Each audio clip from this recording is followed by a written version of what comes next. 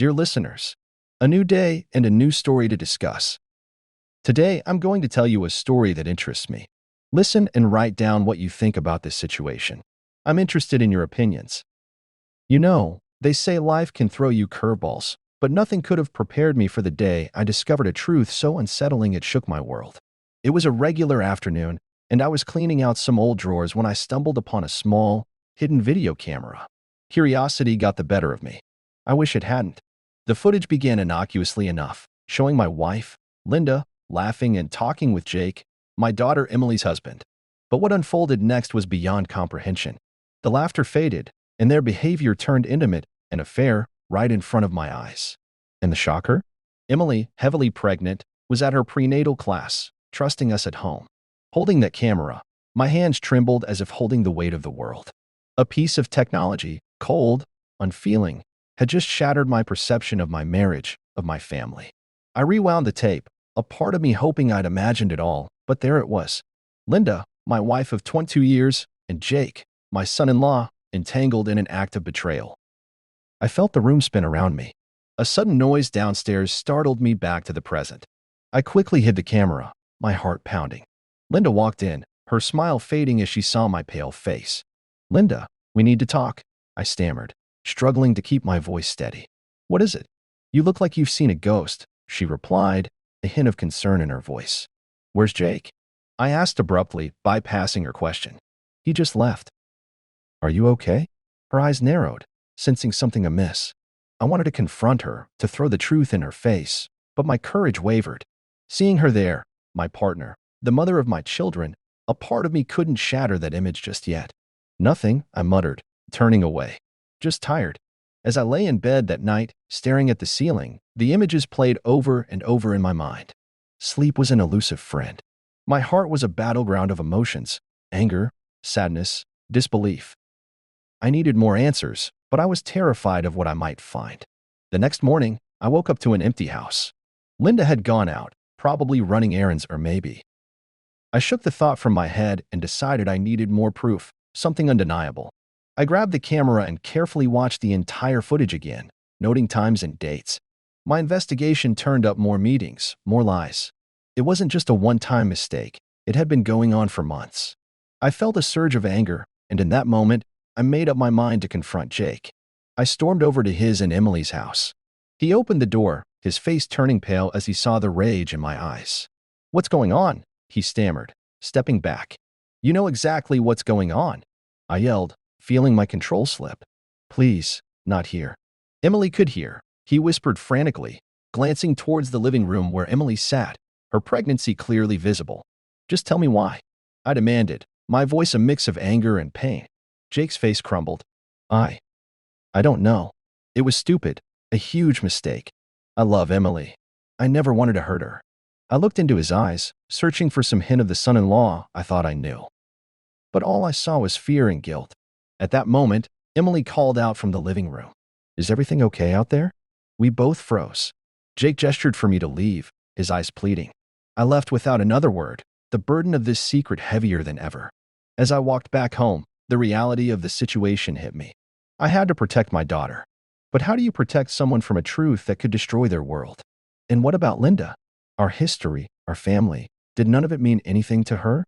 The web of lies was suffocating, and I knew that sooner or later, it would all come crashing down. But I was determined to handle it in a way that would protect Emily as much as possible. Little did I know, the revelation was just the beginning, and the road ahead was fraught with more twists and turns than I could ever have imagined. I was torn between rage and disbelief. Confronting them felt necessary, but how? I couldn't bear to break Emily's heart. She was due any day, and the stress. I feared what it might do to her and the baby. I decided to confront Linda first. The conversation was a storm of tears, excuses, and pleas for forgiveness. She claimed it was a one-time mistake, driven by loneliness and foolishness. Jake, when confronted, was equally remorseful, swearing it'd never happen again. I was disgusted, but I decided to hold off on telling Emily. Protecting her became my priority. The days that followed were a blur of internal turmoil. My once peaceful home now felt like a fortress of secrets and lies. Each time I looked at Linda, questions churned in my mind. Did she regret it?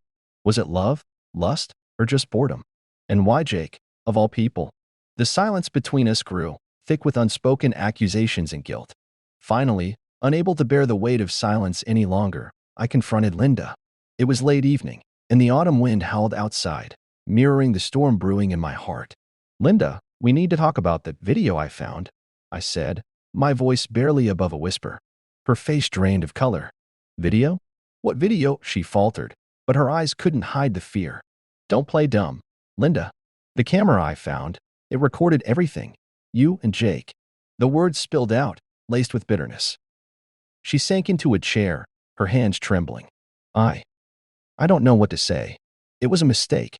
I never meant to hurt you or Emily." "A mistake? For months?" I challenged, struggling to contain my fury. "It just happened. We were lonely, and things got out of control," she sobbed, covering her face. "Lonely?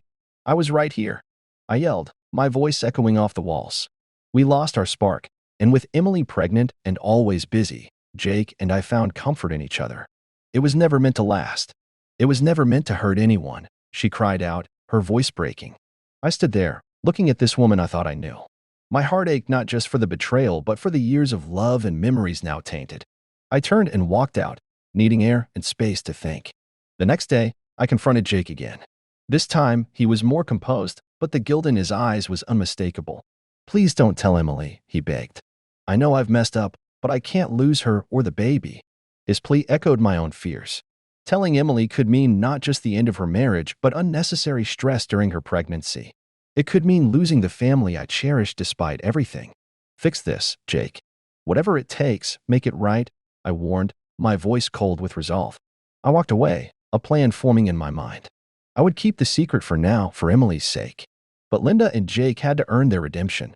They had to prove that this infidelity was a mistake, one that wouldn't be repeated.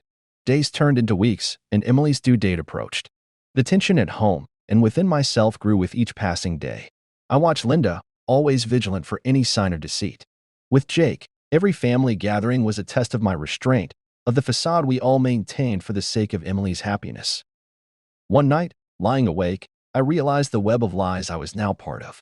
I was protecting Emily, but at what cost? The family gatherings, once filled with laughter and joy, now felt like a stage play with each of us playing our parts. The weight of the secret bore down on me, threatening to suffocate the last bit of peace within. But the decision to protect Emily remained firm. She had to be shielded from this pain, at least until her child was born. And so, amid this turmoil, life trudged along. But as I'd soon learn, secrets have a way of coming to light, often in the most unexpected and explosive ways. The storm, it seemed, was just on the horizon. Days turned into weeks. Emily gave birth to a beautiful baby girl, oblivious to the dark secret lurking in her home. Watching her with that innocent child in her arms, my heart broke. I knew I had to do something. I finally resolved to tell Emily after some time, hoping the initial joy of motherhood would cushion the blow. I also decided to give Linda a chance to make amends, but under strict conditions. She agreed to attend counseling and vowed complete transparency in her actions. Jake and Emily, however, were a different story. How could I possibly break my daughter's heart? With each passing day, the weight of the secret I carried bore down on me, like a heavy shackle I couldn't rid myself of. Emily's due date was rapidly approaching, and the tension in our home was almost tangible. Linda tried to act normal, but her guilt-ridden glances and forced smiles were painful to witness. One evening, I sat alone in the dim light of the living room, lost in thought. The digital clock on the mantel ticked away, each sound a reminder of the time slipping by, time until everything would inevitably crumble. That's when Linda walked in, a hesitant step in her stride. "Can we talk?" she asked, her voice barely above a whisper. I nodded, signaling the armchair opposite me. She sat down, wringing her hands nervously. "I know you're thinking of telling Emily after the baby is born, but I think we should consider other options. We can move past this. Rebuild," she said, her eyes pleading. "Rebuild?" I echoed, the bitterness in my voice unmistakable. "How do you rebuild trust after something like this? I know I've made a grave mistake, but I want to fix this, for us, for our family," she implored. I looked at her, really looked at her. She was a shadow of the woman I'd married, worn and fraught with regret. A part of me ached to forgive her, to erase the past months and return to the simplicity of our life before. But another part, the betrayed part, recoiled at the thought. "I need time, Linda. Time to think, to decide what's best for everyone," I said, standing up. She reached out, touching my arm. Please. I love you. Her words, once a source of comfort, now felt like another piece in the complicated puzzle of our lives. The following week was a whirlwind. Emily went into labor, and we all rushed to the hospital. The moment I saw my granddaughter, a perfect tiny being with a wisp of blonde hair and blue eyes, something inside me shifted. The anger and bitterness I felt were momentarily pushed aside by this new, innocent life. Emily looked exhausted but blissfully happy, a stark contrast to the storm brewing just outside her hospital room. As we left the hospital, Linda tried to hold my hand, but I gently pulled away, lost in my own conflicting thoughts. The drive home was quiet, the tension thick. Back home, I sat in my study, turning the situation over in my mind. Revealing the truth to Emily could shatter her world at a time when she should be experiencing nothing but joy. And yet, the lie I was living felt like a betrayal in itself. Finally, I made a decision. I would give Linda and Jake a chance to make things right, but with conditions. They agreed to attend separate counseling sessions and promised total transparency in their actions henceforth. I set boundaries, making it clear that any slip-up would result in the truth being revealed to Emily. Days turned into weeks, and life settled into a strained routine. I watched Emily with her daughter, a protective fierceness growing within me. I had made a decision, yes, but I remained vigilant, always watching for any sign that Linda or Jake might revert to their old ways. One night, as I lay in bed next to Linda, her breathing steady and calm, I wondered if I had made the right choice. Protecting my daughter and granddaughter was my top priority, but at what cost? The deceit gnawed at me, and the uncertainty of the future loomed large. And just when I thought things might settle, fate, it seemed, had other plans. A new development, completely unexpected, was about to turn our already fragile world upside down. The truth, as daunting as it was, would soon demand to be faced, and the consequences would be nothing short of catastrophic. But life, it seems, has its way of unraveling secrets. One evening, while I was helping Emily with the baby, she asked to use my laptop for some baby-related purchases. I had forgotten that the video was still saved in a folder, barely hidden. Emily's scream from the study room was something I'll never forget. The fallout was catastrophic. Tears, shouting, disbelief. Watching her confront Linda and Jake was more painful than anything I had witnessed. The worst part?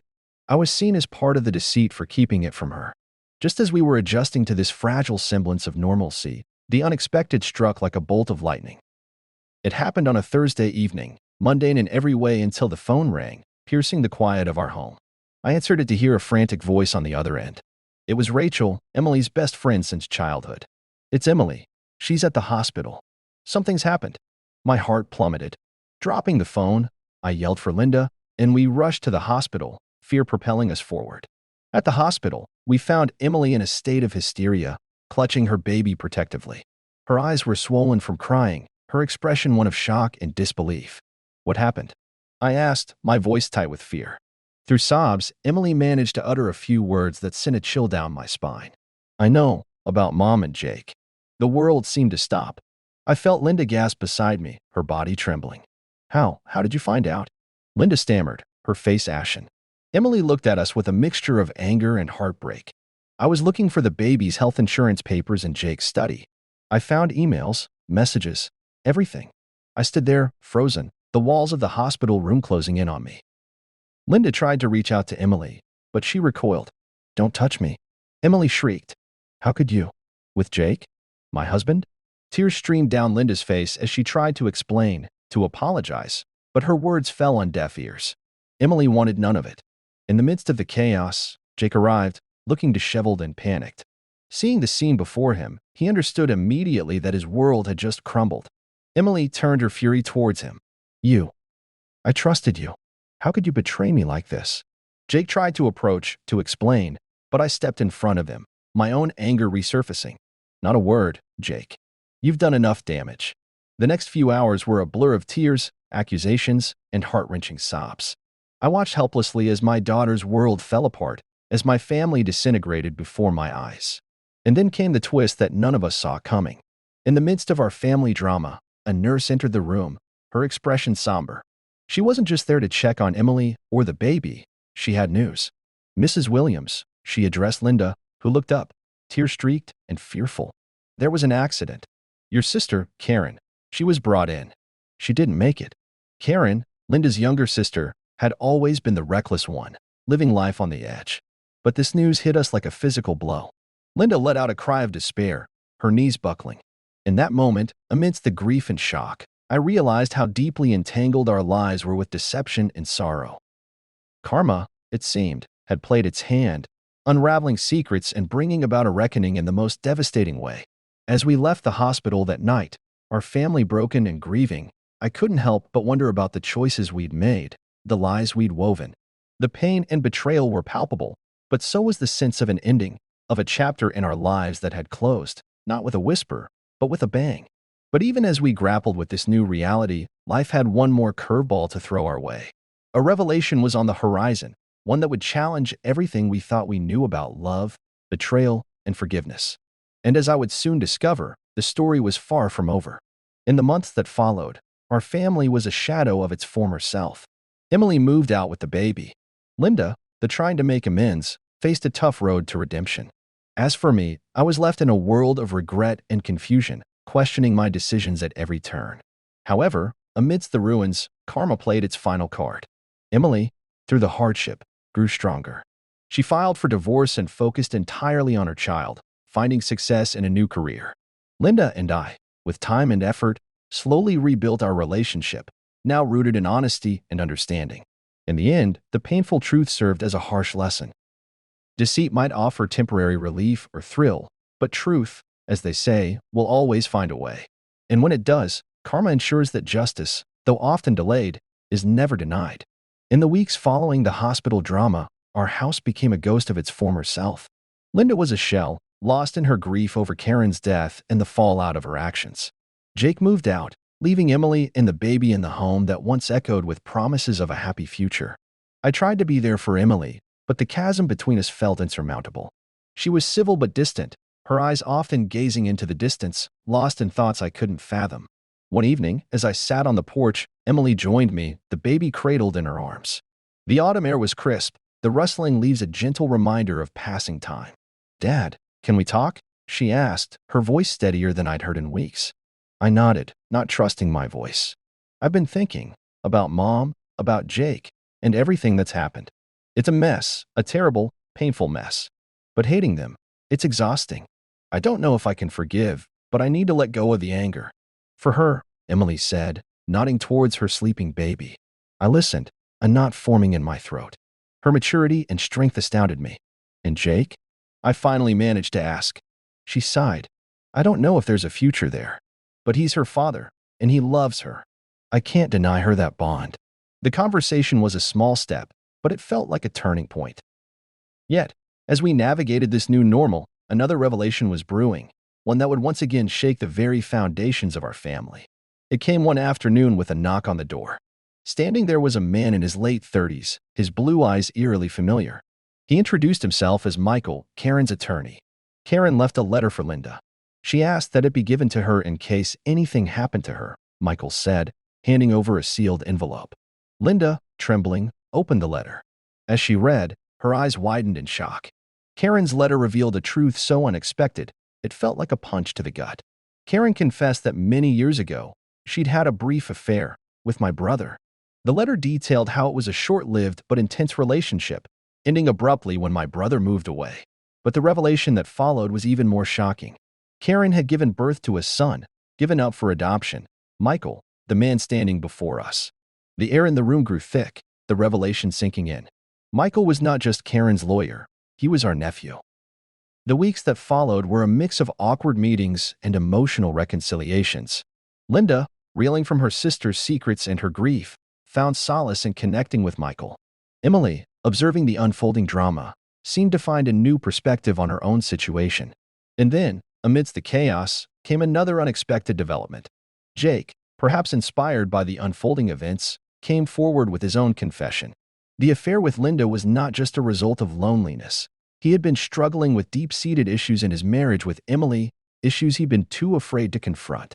This confession led to many tearful discussions and eventually to therapy sessions.